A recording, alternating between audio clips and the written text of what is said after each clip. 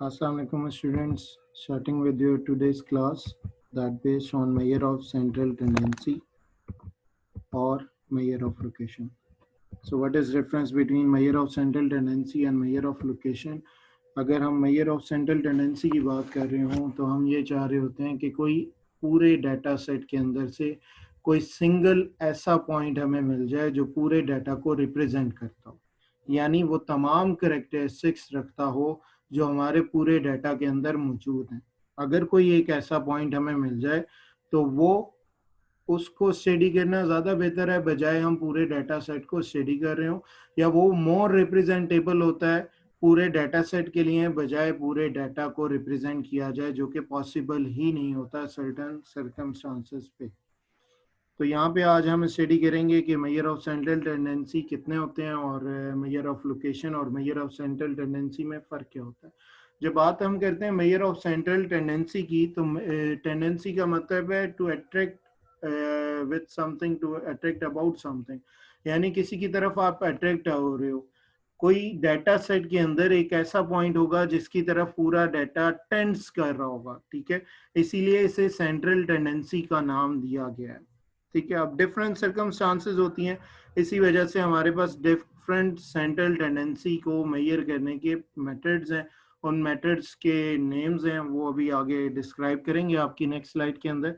अभी हम बात कर रहे हैं मेजर ऑफ सेंट्रल टेंडेंसी की। जब बात करते हैं तो हमारे पास 3 मेजर ऑफ सेंट्रल टेंडेंसी हैं और 2 मेजर ऑफ लोकेशन है। डिफरेंस क्या है? मेजर ऑफ लोकेशन नाम से जाहिर है कि ये लोकेट करते हैं उस सेंटर पॉइंट को, और मेजर ऑफ सेंट्रल टेंडेंसी में वो मेजर करते हैं, यानी मैथमेटिकली वो मेजर करके देते हैं, और जो मेजर ऑफ लोकेशन है वो पोजीशन को एलोकेट करते हैं, यानी आपको वो पोजीशन बता देते हैं, यानी इस टर्म वाला बंदा मिडल पॉइंट है या सेंट्रल पॉइंट है डाटा का।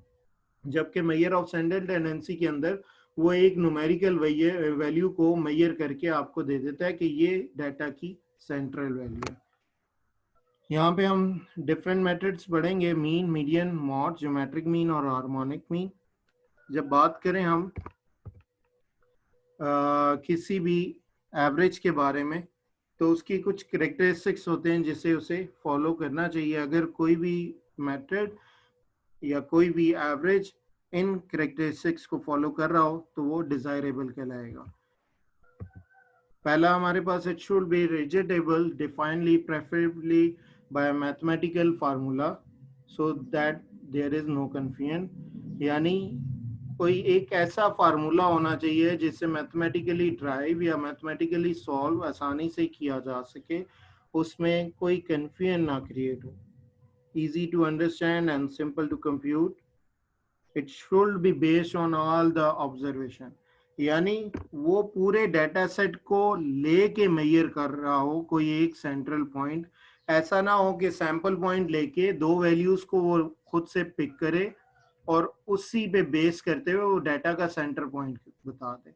अगर कोई भी मेथड आपका ऐसा करेगा तो वो डिजायरेबल नहीं होगा, क्योंकि उसमें बायसनेस, उसमें एरर के ज्यादा चांसेस पाए जाएंगे।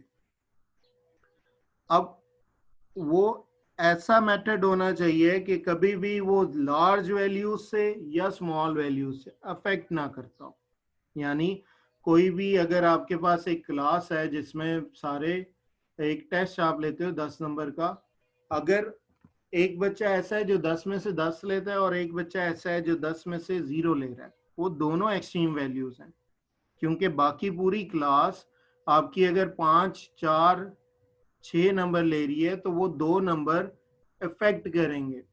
हमारा जो भी एवरेज का मेथड होना चाहिए वो ऐसा होना चाहिए कि लार्ज वैल्यूज, एक्सट्रीम वैल्यूज, यानी लार्ज भी हो सकती है वो स्मॉल भी हो सकती है, उन दोनों वैल्यूज से अफेक्ट ना हो। आगे क्या कह रहा है जी, वो एक ऐसा फार्मूला होना चाहिए, एक ऐसा मेथड होना चाहिए जिसपे फर्दर ट्रीटमेंट भी कैपेबल हो या उन पे अप्लाई किया जा सके।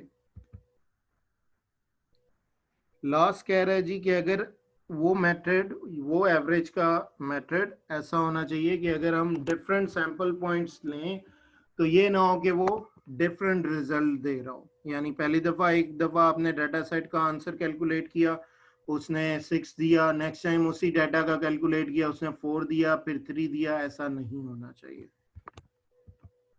टाइप्स की बात करें, टाइप्स ऑफ एवरेजेस या काइंड ऑफ सेंट्रल टेंडेंसी, तो हमारे पास मेनली हम टाइप्स ऑफ एवरेज को दो में फर्दर क्लासिफाई करते हैं।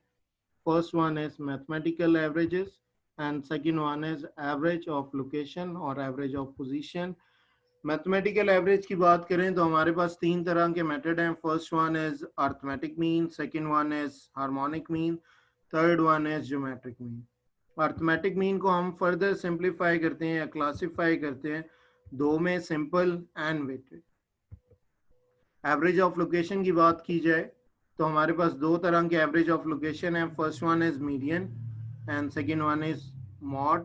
वो मेथड, वो प्रोसेस जो आपको लोकेट करके देते हैं सेंटर पॉइंट की पोजीशन को,